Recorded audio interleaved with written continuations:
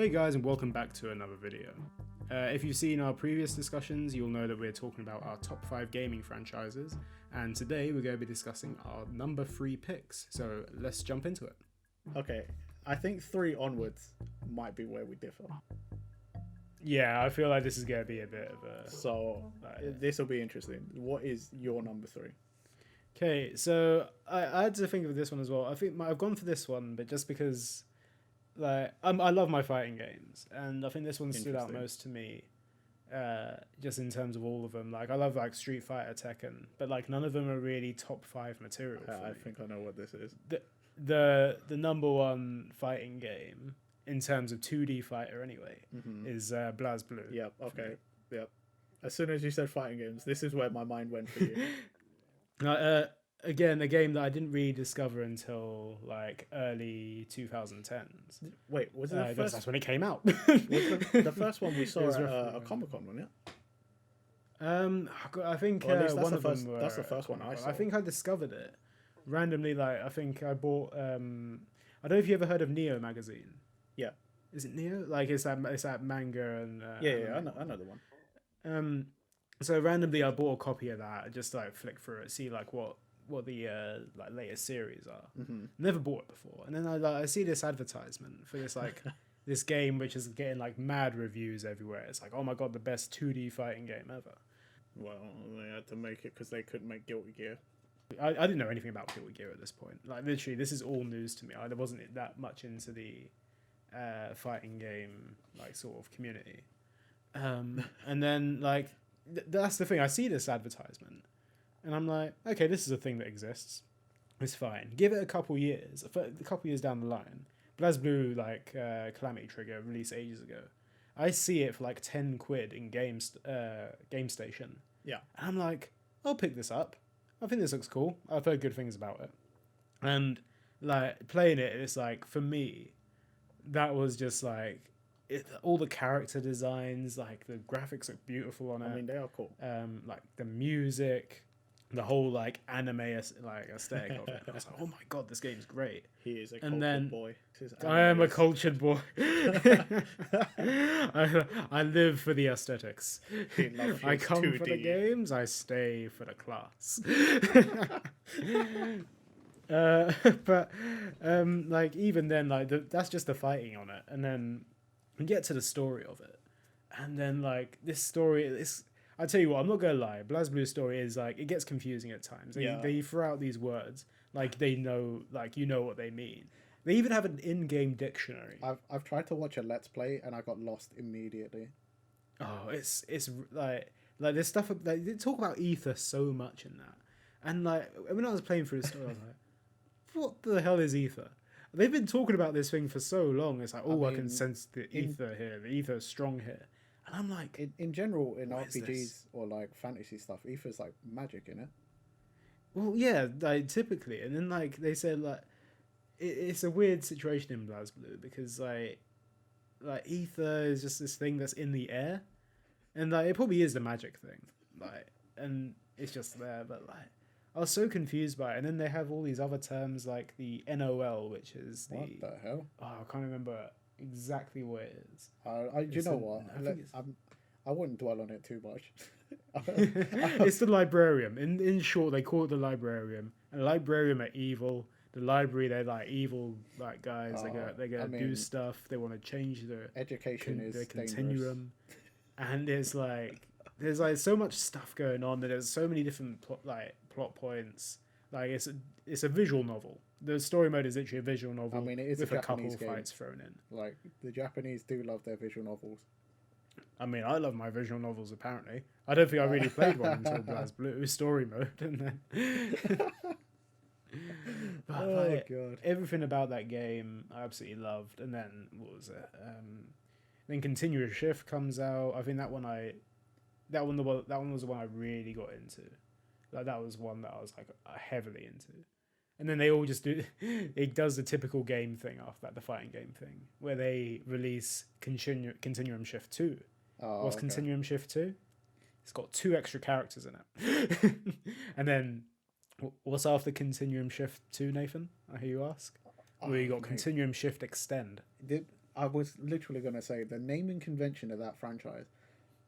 Every time you tell me you're like, oh, I got a new BlazBlue, and I'm like, what? Is it? That was a new one. Is it not the same? Is that not the old one? I thought it was the same It's thing. the exact same thing with probably one extra track, a little bit extra story mode, Well, then and an extra character. why release a new And it's thing? Like, just DLC it. Do a Capcom. It doesn't work. It doesn't work as well for DLC. It's just like What you you're just talking gotta about? release Like, an entire game. you're talking about a character. It's how and it works. A new track. Just do a Capcom and fucking put everything in DLC. No. I think like Continuum Shift 2 was like one for the handhelds, I believe. I think that was like on the 3DS. Okay. That's like with all the DLC included in it. And then Continuum Shift Extend was just something else. That's like literally, hey, just throw this extra character in. But no, give it like about, what was it? There's two or three more BlazBlue games after that, and then you have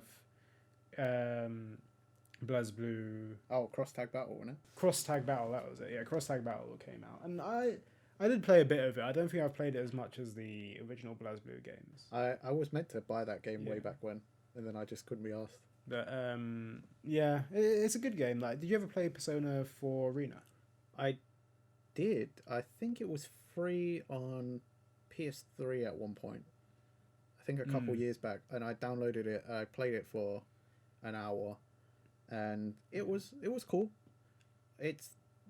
For me, it's the same Arc System Works problem that it's got a really deep combo system, and I just couldn't be asked to learn. I just wanted to hit buttons and, a couple of quarter circles here and there, try and do a Street Fighter, and then I was off. I was like, cool. Yeah. I'm done. I agree with you there. I think I actually bought Persona 4 Arena. Again, found it in sale in like a CEX somewhere. I think you did. I think I remember coming over to your house to play it one time. Not specifically because you had it. I think it was just something to do when I came over. But it was an alright game. I don't think it hit the same as BlazBlue for me. But BlazBlue Cross Tag Battle includes all those sort of like. I remember that was a big deal for me. I really wanted to get that one because I remember it was like, oh, it was BlazBlue, Guilty Gear, Persona, the Ruby characters, and that other fighting game I never heard of until then. The thing is, you say Guilty Gear. There's no Guilty Gear in it. That's the thing that always confused me about Cross Tag Battle. I swear Soul Bad Guy was supposed to be in it, wasn't it? No, like they had Ruby from the Ruby series. So, okay. I always thought Guilty Gear was in it too. You would have thought, like, because they have that, like, systems. sort of, they have the, like, colour scheme, don't they? So it's blue for BlazBlue, yellow for Persona. Well, it's also because it's Arc Systems. Like, yeah. they make you would have both thought, oh, yeah, Soul Bad Guy's got to be in this. And they're like, nope. Didn't add him. I thought that was a very strange decision by them. Well, then, that's probably why I didn't buy it. No Soul Bad Guy. It's No Soul Bad Guy, no play. Yeah, like, Soul Bad Guy was my favourite character from Guilty Gear. Also, the only character I seem to remember. I don't know the names of any other characters in that. Yeah. I've never actually played Guilty Gear. You know what? I'm probably going to get lampooned because I have very little knowledge. I've played a little bit of both series. You're basically playing kind of the same game. They're made by the same people. I feel like it's got very similar fighting systems. I do remember reading that they made BlazBlue because there was some sort of issue with the Guilty Gear franchise, so they couldn't make Guilty Gear anymore, so they just made something very similar. I can see that, to be fair. Like, I mean, like, when you look at them side by side, character designs are very similar. They're the same sort. You can tell, okay, this is made by the same company. Yeah. It's the same sort of genre sort of thing. Like, I'll give Guilty Gear a shot. Like, if anyone's got any idea, like, recommendations of Guilty Gear games to pick up first, like, let me know. And then I'll jump on it for sure. I can't remember what the latest one was. I think there was one on there was one on sale on the Switch. The thing is, they all have weird names as well. That's quite hypocritical considering BlazBlue's naming convention. But like they've got like X, like 3RD and stuff like that, like 13RD. I could be pronouncing that completely wrong. I know exactly what you're talking about. I couldn't tell you. I'd have to probably do a Google search.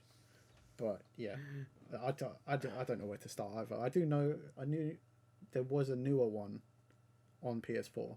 I think it came out maybe 2 years ago, or maybe 2.5. It was fairly recently. Probably quite cheap on PlayStation now, to be fair. Could probably pick it up for like maybe £7. I don't know, mate. It'd be something you'd have to look into, but They're all games that like these are all games that I've seen on sale, and I'm like, oh, I should really pick this up. Then I'm like, I just love Blazblue, man. Or like, I just realised I might also be pronouncing it completely wrong. I know that everyone calls it Blazblue. I pronounce it the same way you do because you're the biggest fan of it that I know. Oh, it's bad though. It's bad for me.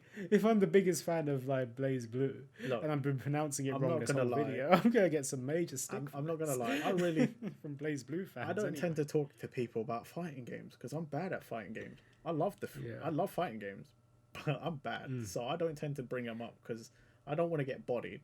That's all I'm saying. Okay, I have another confession about Blazblue.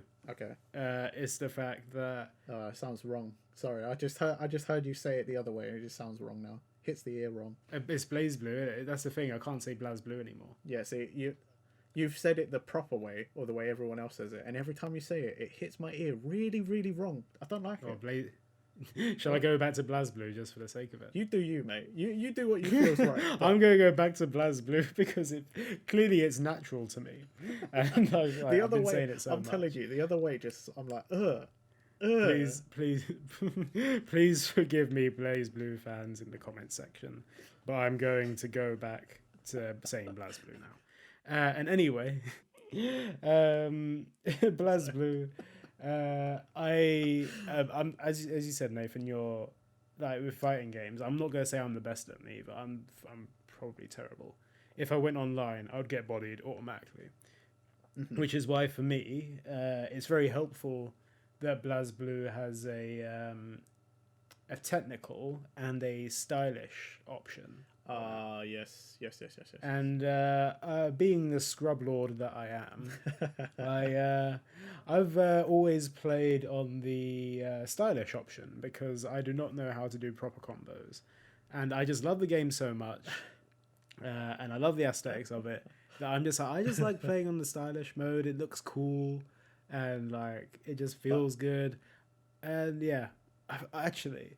Saying this, I think I went online once, played a game in the stylish mode, and I think some guy, I think I beat him with it. Did he get salty and then message you like? He messaged me. He messaged me saying, "Hey, just letting you know that you can, like playing stylish mode online is thoroughly looked down upon," and I was like, "Jesus Christ!" Okay, I'm right. just I trying can to at least appreciate that he had some tact.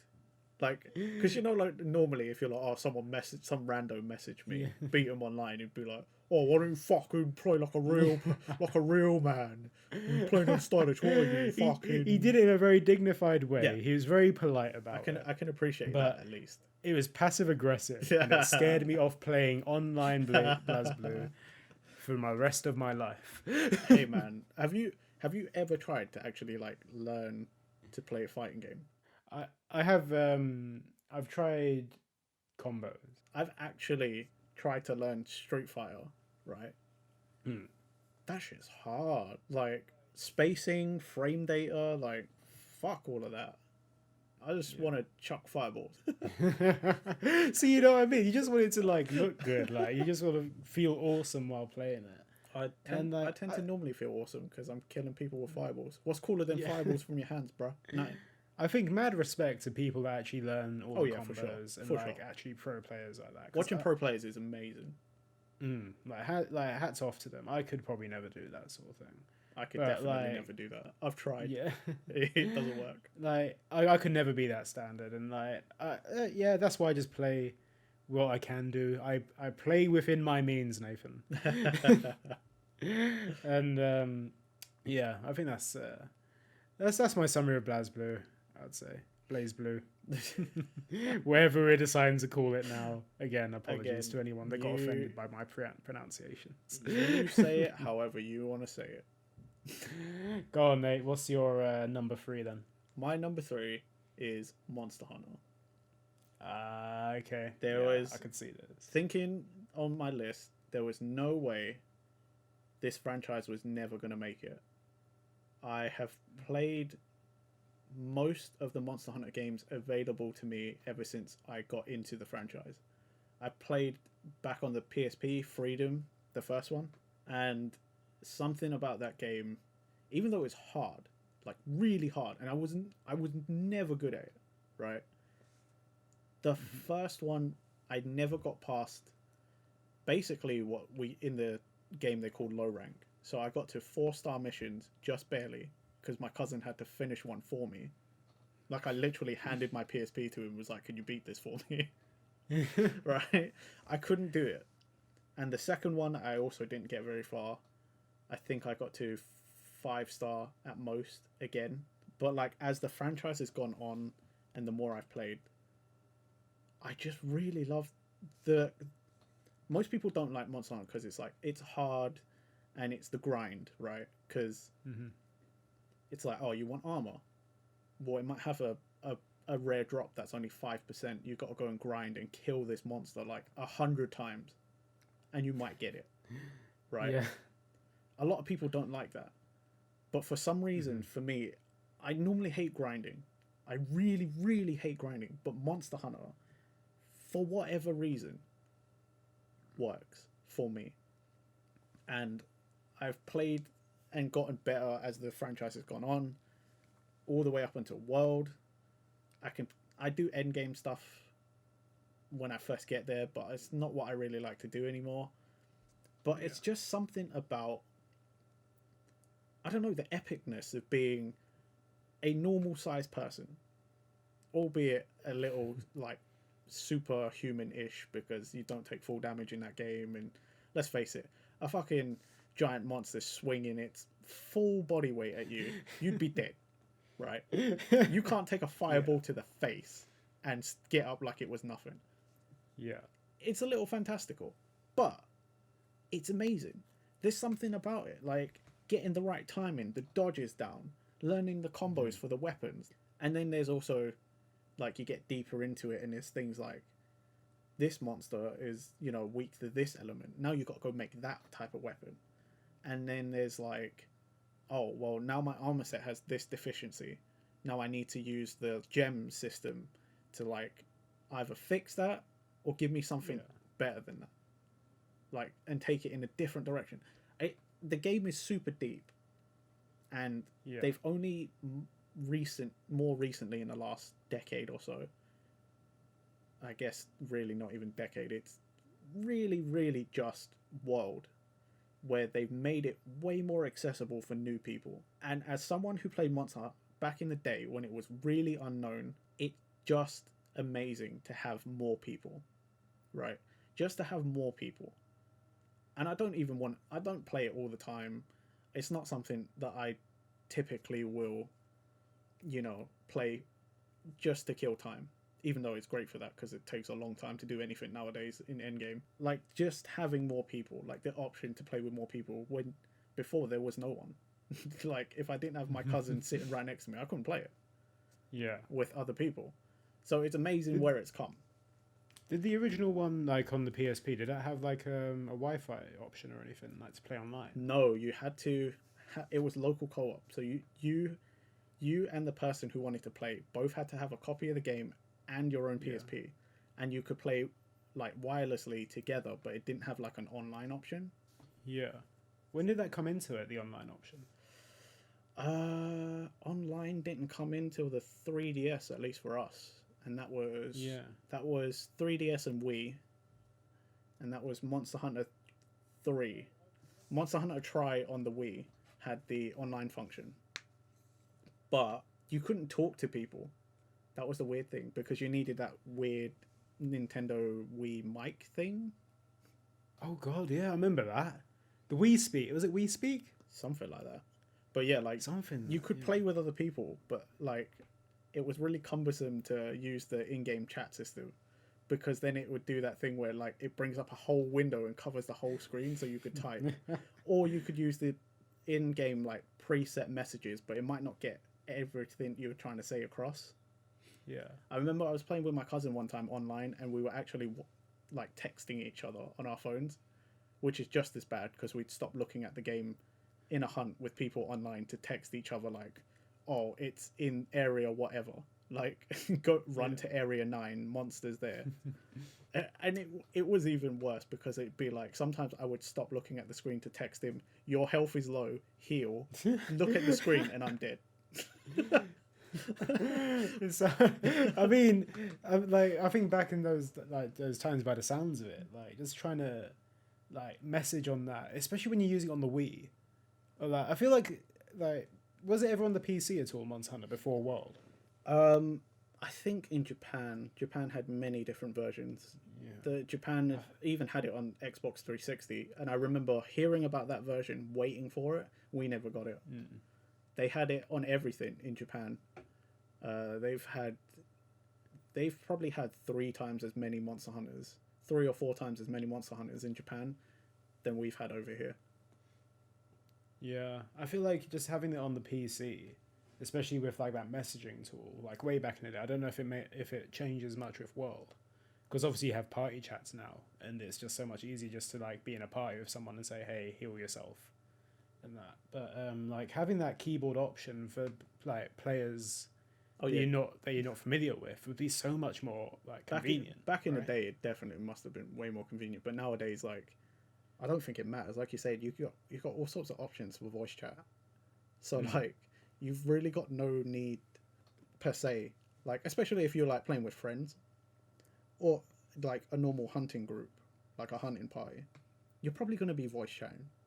There really isn't a need to be like typing on anything. Is that option still there? The typing option? It must be, right? Yeah. I mean, in World, they've got loads of options for you to make custom like messages.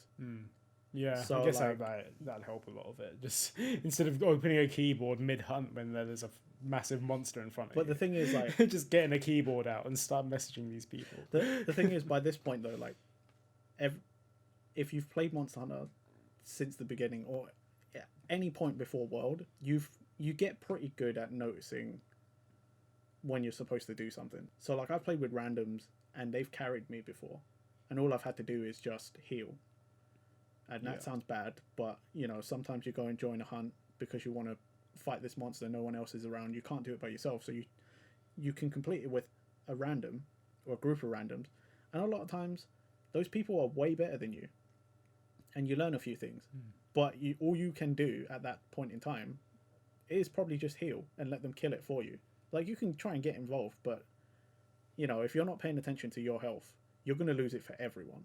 So like, it's one of those where I'm like, you can play without chatting to people or even using any of the in-game messaging, but you have to really hope that that person really is on top of their game. Yeah, you don't want those scrubs. Like even at a basic level. But that's where it got really toxic before. Monster Hunter was really elitist.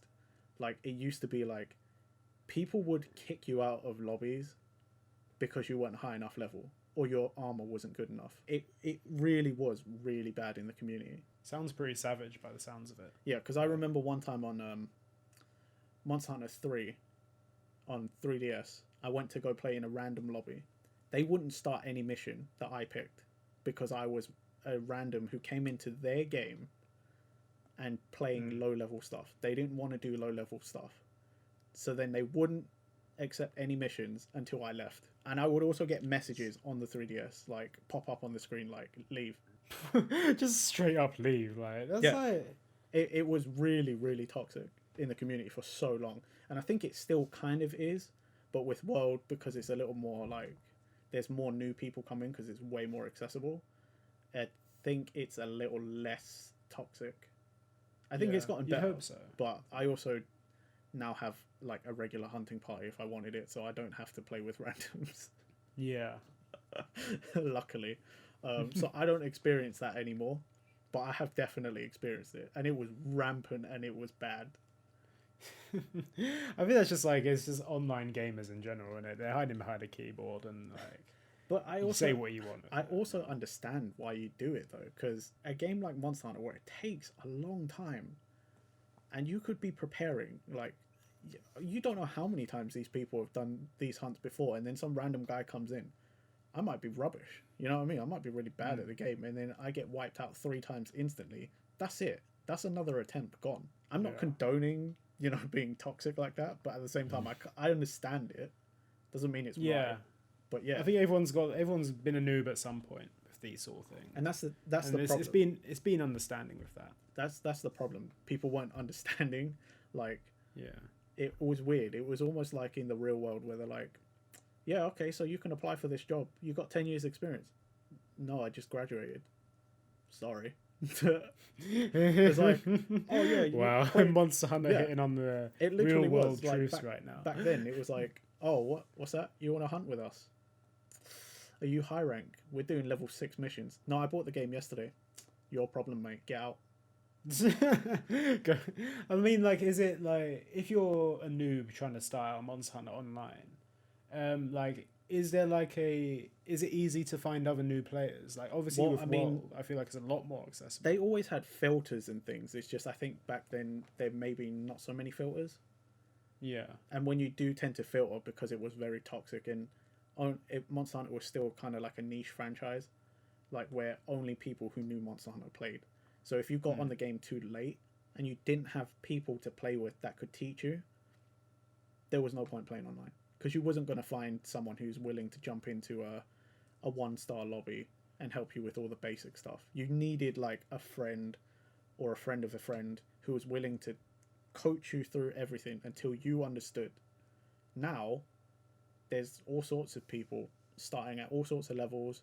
Maybe they're new, maybe they're not. Like, it's way easier now. Plus, the game has gotten better at explaining to people what they need to do. There's a lot of quality of life stuff that Monster Hunter included in world, and that's why it's like way more accessible to new players. Because before, it was just like, if you didn't know someone who knew what they were doing, or you weren't going to read or put in the time to get good, most people dropped it instantly.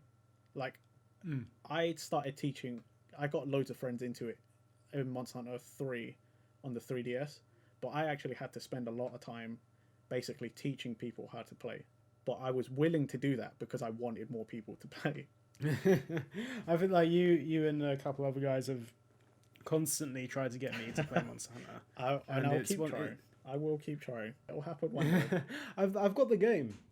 But for me, it's a bit of a struggle for me because I think it's what you said. Like, if you can't get into it, like, and it's the constant grinding as well, and like it's like you said before. Like when I find a good armor set or something, or a weapon that I really like the look of, because I like the look of items rather than their stats, apparently. I remember in, I think it must have been Monster Hunter 4 on the 3DS, like 4G or something, whatever it was. I had a really cool giant sushi knife thing. It might have been I remember that. That was great sword. It was a very basic... Well, there was two. There was a great sword that looked like one of the Japanese knives. And then I believe there was the longsword version, which looked like a katana or sushi, like a tuna cutting knife. Yeah. I know what you're talking about. That's quite an early game sword. Yeah. It's got no stats. I haven't played that much. And I absolutely loved it. And then I was like, okay, cool, let's hunt this thing. And it's like, this sword won't work here that well. Yeah, because it was like, probably like yellow sharpness. Yeah. Early game stuff. But I like this sword. I worked really hard to get this sword. But yeah, I think it's, for me, it's a bit harder to get into. But like I've given it a shot multiple times. I guess maybe it's just not for me. I feel like the only way I would ever get you into it is if we got the brand new game on the same day. Yeah. And we were keeping pace with each other. Yeah. Because I think that's where I think that'd have to normally you drop off because your excuse to us is normally, yeah, but you guys are like too far ahead. You got all the cool stuff and like now I'm getting carried. So I'm like, I feel like the only way I'm ever going to get you into it is like a new one comes out, I convince you to buy it day one or whenever I buy it, right? And we end up playing it as a group and trying to keep pace with you. Yeah, and even then, I know for a fact that you guys know the game so well. You've been playing it for so long. Yeah, we do. But I mean, like, you know, we're willing to teach. For me, I'm still learning with that because I remember we played the Rise demo the other day, Yeah. And to be fair, playing it, I actually really enjoyed it for the few times that we played it. It was quite fun.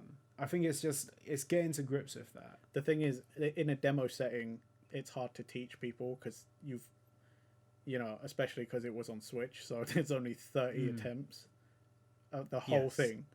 It doesn't even matter what you're hunting, right? So it's hard to teach someone in the demo because you've got like just that usage limit and you've got the time limit. So you obviously want to get as much done as possible. Yeah. When you actually have the game and you can, like, I could take the time to teach someone, I feel like that's when it's easier. Because, like, I got one of my other cousins into 3 on the 3DS, and, like, it took ages. Like, I spent months, me and my other cousin, teaching her how to play. Like, just again and again, and we'd do all the simple stuff, and we'd get her up to scratch. It took a long time, but, like, I'm willing... If you ever turn around to me and went, okay, this is it. This is the time I want to learn. I would take the time to teach you. I think that there will be one day, I reckon. Like, I tell you what, I had more fun playing Rise than I probably did playing World. But saying that, I don't know how quick I would be to be like, okay, cool, I'm going to put money down for this game. Yeah, I understand that too. Yeah, when it's a franchise, I think you're not. it is a good game though. I think like if I put the time and effort into it, I reckon I would. I feel like really enjoy it. But Rise might be the one that gets you just because it's on Switch. That's your weakness. it looked good on Switch though as well. That's one thing I was quite surprised by. It probably looks better on World. Like, it probably looks like so much better. But like it depends. I mean, regardless, it's got that Capcom, like, I always call it Capcom cutting corners. Do you always notice a little something? There's always a little something in Monster Hunter games that you're like, I guess you decided not to do that, or whatever. Like even playing Rise, I was like, yeah, it looks pretty good on the Switch, but I was like, I remember these textures. Yeah. Did you play on handheld or TV when you were playing Rise? Oh, when I play anything on Switch, I play on TV mode. See, I was playing in handheld mode. And obviously, like, it's one of those things, like, you think, oh, it goes in handheld mode, the quality lowers or whatever. And I was actually really surprised at how good it looked for a handheld Switch game. I mean, they might have focused on handheld mode, but that means they only have to focus on getting it to look good in, like, 720p, which is probably my issue. I was playing on a 4K TV. Yeah. I mean, yeah, for that, like, it's obviously going to not look as good. But like, I don't know, if you ever give it a shot in handheld mode, see what you think. I don't like playing I think it's because, but of the Joy-Cons I've got, because I've got 2 sets of Joy-Cons. One I don't use because it's got drift on both, and then the newer set I just don't want to risk getting drift on those. So I just play on TV mode with my Pro Controller because I'm like, well, that's why I bought the Pro Controller, was because I don't want to keep buying Joy-Cons. Fair enough, man. So what would you say is your favourite Monster Hunter game, just rounding it off? Ooh, that's a good one to ask. That's a tough one. I'd probably say Generations. That's the one where it's like is it hybrid of like all the previous ones, or like a Generations was basically the last 3DS one, and it took you back to different locations that you've previously been to in Monster Hunter, like previous like starting towns and stuff, and that was really cool. So that was probably my favorite one. Also one I played quite a lot of, just because like that was before World, and we were supposed to have gotten whatever it is on the Switch, Generations 2, Generations XX or whatever. Capcom. That's out now. Although it's been out for a while. It was supposed to have been like a launch title, and I was gonna get it. It was supposed to have come out around the same time as World, but then World came out and we didn't get Generations XX for like, I think, another 6 months, and by that point World had changed the game. There were so many quality of life things that it was like, I'm never playing an old Monster Hunter again. It'd be so weird going back to an older version of that game, which is like suddenly like, I'm gonna say better right now, correct me if I'm wrong, Like it's like so many improvements, and then going back to that old version probably is just like a. It's a struggle. It really is, because it's like it's the simplest things that they changed, but it makes the game way better. Like you don't have to focus so much on like the small tasks anymore. Like, because that was a problem in old Monster Hunter. You always had to do like some stupid bollocks, right, to do something like simple. Like you used to have to actually press a button to climb a ledge. Now you just run up it. They just climb when you're sprinting. And it's a lot of stuff like that, or you're just like, I don't have to think about that anymore. Or like in original Monster Hunter, you used to have to mine whetstones so you could sharpen your weapon. And if you didn't mine whetstones or have a pickaxe to mine them, you couldn't sharpen your weapon. Now they just give you unlimited whetstones. Like that's just a thing you have. That's what I'm saying. Like there's quality of life things where it's just, there was a lot of rubbish. It just fixes, yeah. And like you can't go back now because it's just, well, why do I have to do that? Like, yeah. Why do I need to do any of this stupid shit? That's fair, man. So like with Rise coming out, then do you think you'll enjoy it more than World, or do you think it'd be like you're doing it just because it's a new Monster Hunter game with new mechanics? From the demo, I think I'd still enjoy it. It seems like it's a hybrid, like the linking point between old Monster Hunter and World, because in the demo there was some stuff from World, and it still sort of looks like old Monster Hunter. I mean, obviously we only played the demo, so I don't fully know, but I still think I'd have a good time playing it. Okay. Plus, you know, that's good. It's themed around ninjas, so the classic selling point, ninjas. Yeah, right. How am I not gonna like it? I like ninjas. I like shinobis. Fantastic. Cool. This. Oh wow, that's a great way. What a great way to end your number 3 franchise. And that's it, guys. That was our number 3 gaming franchises. Don't forget to like, favorite, subscribe, hit that notification bell. You know, you don't want to miss our videos, our brilliant videos, and we'll see you next time.